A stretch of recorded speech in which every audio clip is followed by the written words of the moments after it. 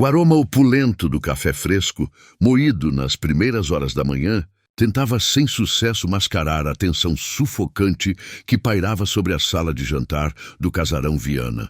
As cortinas de veludo pesado mal continham a luz impiedosa do sol de 1878, iluminando o cenário de um conflito familiar prestes a explodir.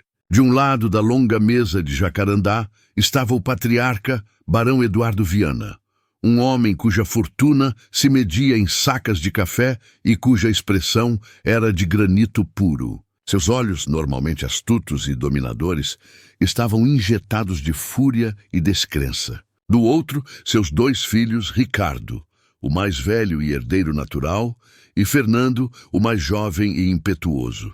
Ricardo, de fala ponderada, mas firme, havia acabado de anunciar a decisão que chocou São Paulo. Ele se casaria com Maria, a escravizada que servia a casa há anos. Fernando, por sua vez, complementou o golpe, declarando seu noivado com Luísa, a costureira da fazenda vizinha, também escravizada. O barão bateu o punho na mesa com uma violência que fez a fina porcelana tremer. "Estão loucos? Desonra! Vocês estão cuspindo em nosso legado, no nome Viana, na tradição que construímos com suor e sacrifício." Sua voz ecoava com a autoridade de um homem acostumado a ter sua vontade obedecida. Ricardo permaneceu em pé, sua postura um reflexo da nova convicção que o guiava. Pai, não se trata de desonra, mas de amor e de justiça. Maria é uma mulher de inteligência e caráter que muitos membros da nossa sociedade jamais terão. Eu a amo, e a lei do ventre livre é um prenúncio. A abolição virá, e eu quero que meus filhos nasçam livres e reconhecidos. Fernando, mais combativo, encarou o pai diretamente. O senhor fala em tradição, mas o que é essa tradição senão a manutenção de uma injustiça? Luísa é a mãe do meu futuro, e eu não vou permitir que ela e minha prole sejam vistas como mercadoria. É a modernidade que bate à porta, pai, e o senhor não pode trancá-la. O barão, cambaleando com a audácia dos filhos, ameaçou o deserdamento, a expulsão. A reação da sociedade paulistana foi imediata e virulenta, transformando os casamentos em um escândalo que seria sussurrado em todos os salões e senzalas. Este ato de rebeldia não era apenas um desafio social, era o primeiro tijolo na construção de um novo e polêmico futuro genético para a família Viana. Eles sabiam que a luta pela aceitação mal havia começado, e as consequências seriam profundas e duradouras.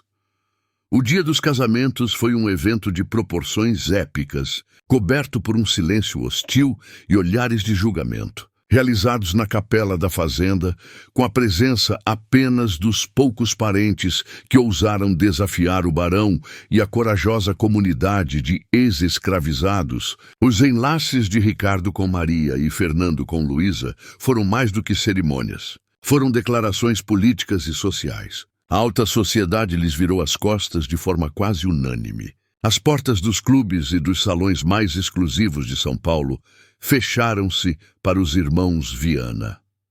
As tias e primas mais tradicionais fizeram questão de enviar cartas com os dizeres mais ácidos, condenando a mistura de sangues e profetizando a ruína da linhagem. Contudo, essa exclusão forçada acabou por fortalecer os laços entre os dois casais e o restante dos libertos. Maria e Luísa, agora senhoras, trouxeram para o casarão uma nova perspectiva, uma resiliência forjada na dor e um profundo conhecimento da terra e das pessoas que a trabalhavam.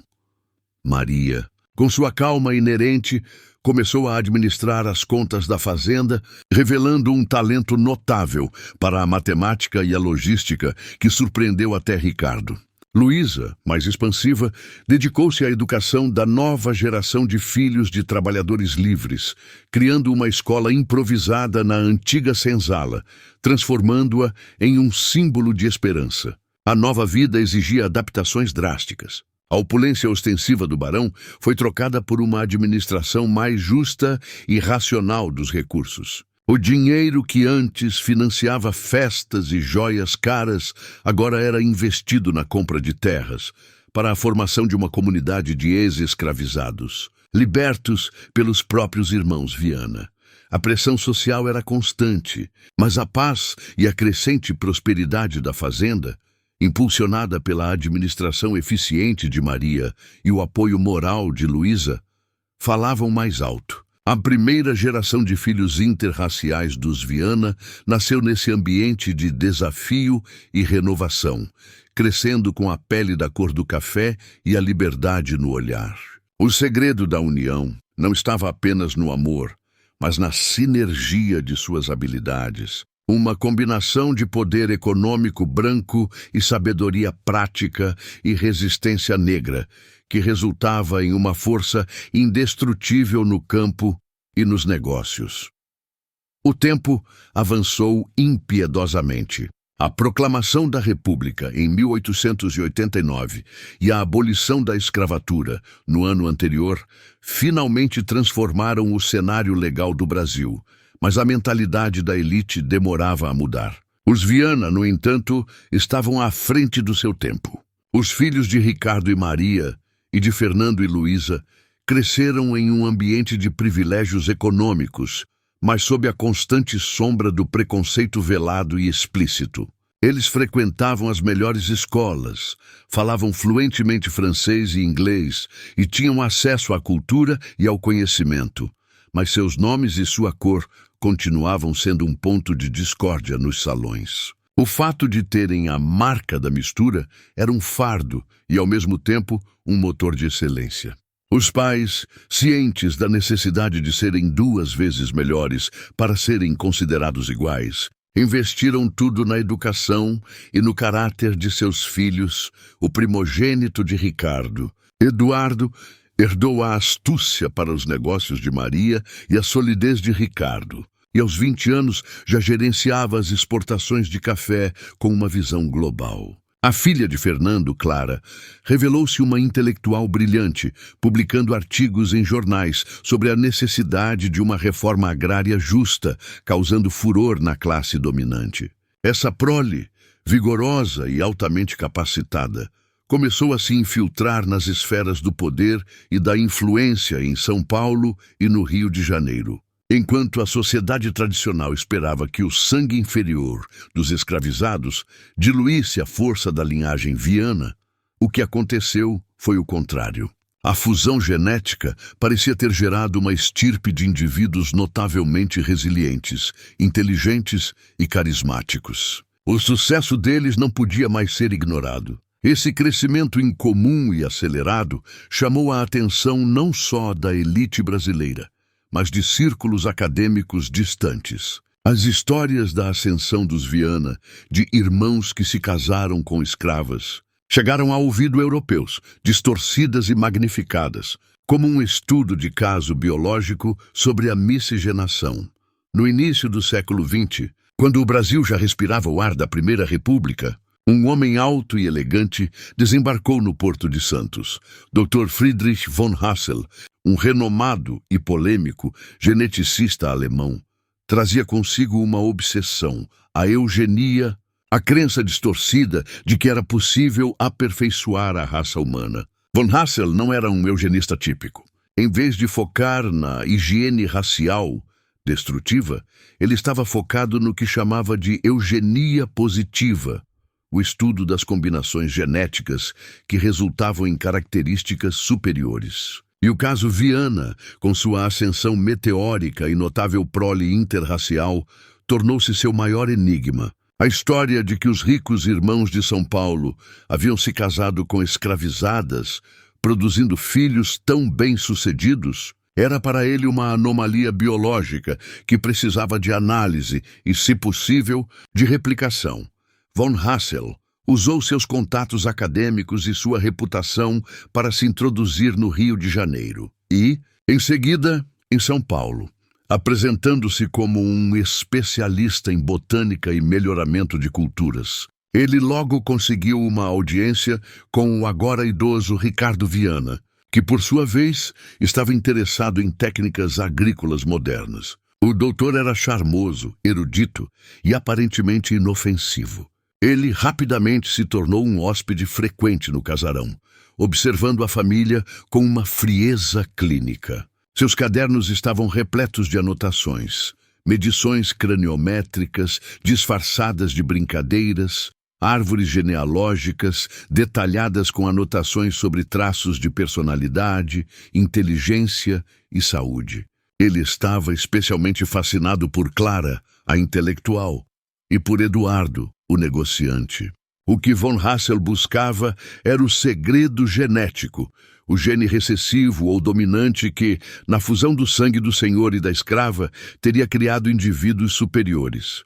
Ele não via pessoas, mas dados. Não via a história de amor e luta, mas um laboratório genético natural que ele estava determinado a decifrar, a qualquer custo, antes que seus estudos pudessem ser contestados pela ética. Clara Viana, a neta de Luísa, era a mais cética dos membros da família em relação ao Dr. von Hassel, enquanto seu tio Eduardo o via como um valioso contato comercial e seu pai Fernando o considerava um erudito interessante. Clara sentia um calafrio na espinha sempre que ele estava por perto. Seus olhos azuis, herdados de seu avô, mas contrastando com a pele morena e os cabelos encaracolados de sua avó, pareciam penetrar as intenções por trás do sorriso polido do geneticista. Ela havia lido a literatura acadêmica europeia, especialmente os artigos alarmantes sobre eugenia, e reconheceu, nos gestos e perguntas do doutor, a obsessão por medição e classificação que caracterizava a corrente. Ele fazia perguntas excessivamente detalhadas sobre as doenças dos tios-avós, sobre os hábitos alimentares das primeiras gerações e, o mais estranho de tudo, sobre as origens das famílias de Luísa e Maria no continente africano. Certa noite, enquanto a família estava na capital, Clara arriscou-se a invadir o quarto de hóspedes de von Hassel. O que ela encontrou em sua maleta de couro preto confirmou seus piores medos. Não eram apenas notas sobre botânica. Eram diagramas complexos da árvore genealógica dos Viana, marcados com símbolos misteriosos e termos científicos como hibridismo vigoroso e traço dominante de resiliência. Em uma página, havia um esboço detalhado dos perfis faciais de seus avós, com medidas de testa e mandíbula. Ela também encontrou um rascunho de um artigo intitulado, provisoriamente, A Reversão do Degeneracionismo Racial em Cruzamentos Específicos, o caso dos Viana. Clara percebeu a dimensão real do perigo. Von Hassel não estava apenas estudando a família. Ele estava tentando destilar o sucesso deles em uma fórmula científica, uma que poderia ser usada para justificar atrocidades ou manipulações em nome da ciência. A vida e o legado de seus avós e pais, construídos com tanto sacrifício, estavam prestes a ser reduzidos a um experimento genético, e ela não poderia permitir isso de forma alguma. Clara confrontou Ricardo e Fernando com as evidências de von Hassel, e a descrença inicial dos irmãos logo se transformou em fúria. A ideia de que o erudito que haviam recebido em casa era um predador genético os encheu de um misto de vergonha e determinação. Eles decidiram que a verdade deveria vir à tona, mas de dentro da família. A chave para desarmar a teoria do Dr. von Hassel não estava em sua ciência distorcida, mas na história real, aquela que ele nunca poderia medir. A família se reuniu, incluindo Maria e Luísa, que agora eram as matriarcas respeitadas da família. Foi Maria quem, com uma calma que contrastava com a tempestade que se formava, trouxe a peça que faltava do quebra-cabeça. O doutor busca um gene, uma explicação para nossa inteligência e resiliência, disse Maria, olhando para a neta Clara com orgulho. Ele não vai encontrar isso no sangue. Ele vai encontrar a história. E a história não está só aqui, no Brasil. Ela revelou então que, antes de ser trazida para o Brasil, sua família, na África Ocidental, não era de camponeses comuns. Eram descendentes de uma linhagem de chefes e guardiões de conhecimento em uma antiga civilização da Costa da Mina. O que ela e Luísa, cuja família tinha histórias semelhantes de saber ancestral, haviam trazido consigo para o casarão Viana não era apenas a força física da escravidão, mas um vasto legado de sabedoria prática, técnicas de cultivo que aumentavam a produtividade, profundo conhecimento de ervas medicinais e, o mais importante, uma filosofia de vida baseada na comunidade e na perseverança.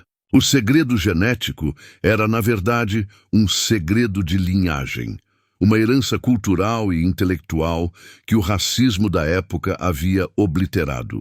Essa sabedoria inata, combinada com o acesso aos recursos e a educação dos Viana, criou uma força sinérgica. A revelação eletrizou a sala e deu a Clara a munição perfeita para refutar cientificamente a eugenia do doutor.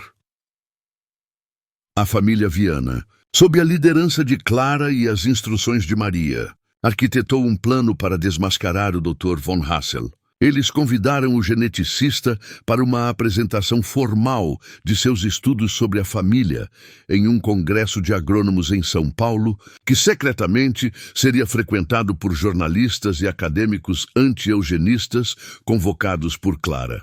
Von Hassel, convencido de que estava prestes a apresentar ao mundo sua descoberta do gene Viana, aceitou com entusiasmo. Ele acreditava que sua teoria da superioridade genética dos descendentes do cruzamento de raças vigorosas seria validada por aquele público de elite que era em grande parte simpático à eugenia. Durante sua palestra, von Hassel exibiu gráficos complexos e árvores genealógicas, apontando para a concentração de características superiores na prole interracial, e sugerindo a manipulação genética para o bem da nação. No ápice de sua apresentação, quando ele estava prestes a revelar a alegada fórmula genética, Clara subiu ao palco. Ela não negou os dados, ela os reinterpretou. Usando os próprios dados de von Hassel, ela demonstrou, através de uma análise estatística brilhante, que o sucesso dos Viana não se correlacionava com nenhuma suposta variação genética única. Em vez disso, ela argumentou que o fator decisivo era o ambiente socioeconômico e cultural, a união de herança de conhecimento africano com acesso à educação de primeira linha e riqueza. Ela usou o conhecimento ancestral de Maria e Luísa sobre cultivos e organização social, como prova de uma inteligência cultural poderosa, não genética. O golpe final veio com a divulgação das anotações roubadas do doutor, provando sua intenção eugênica e sua metodologia antiética. A plateia ficou chocada. Von Hassel foi humilhado publicamente, sua teoria desmantelada e sua reputação destruída. O escândalo do Dr. von Hassel, com sua derrota científica perante a perspicácia de uma jovem mulher mestiça, reverberou internacionalmente, marcando um dos primeiros grandes reveses públicos para o movimento eugenista no Brasil. O segredo genético dos Viana foi exposto, não como um gene raro, mas como a força da miscigenação em um contexto de oportunidades e respeito, o legado de amor, justiça e resistência. Von Hassel foi forçado a deixar o Brasil em desgraça, seus estudos confiscados e desacreditados. A família Viana emergiu do turbilhão não apenas intacta, mas fortalecida. Eduardo, o negociante, usou a fama do caso para abrir as portas de novos mercados na Europa e nos Estados Unidos, onde a história da família agora era vista como um símbolo de modernidade e igualdade. Clara Viana tornou-se uma voz proeminente no movimento pelos direitos civis e na academia brasileira, publicando um livro influente que detalhava a história de seus avós e refutava as bases do racismo científico. Maria e Luísa viveram para ver seus netos e bisnetos não apenas aceitos, mas celebrados por sua notável linhagem e suas contribuições à sociedade. O Casarão Viana, agora uma fazenda modelo e centro cultural, era um monumento vivo à coragem de Ricardo e Fernando e à sabedoria e resiliência de Maria e Luísa. A herança Viana não se media mais em sacas de café, mas na indestrutível força de uma família, que provou que a verdadeira excelência humana reside na diversidade de sua história e na justiça de suas oportunidades, e não na pureza de um gene imaginário. O segredo era o amor e o legado era a liberdade. O legado era a liberdade.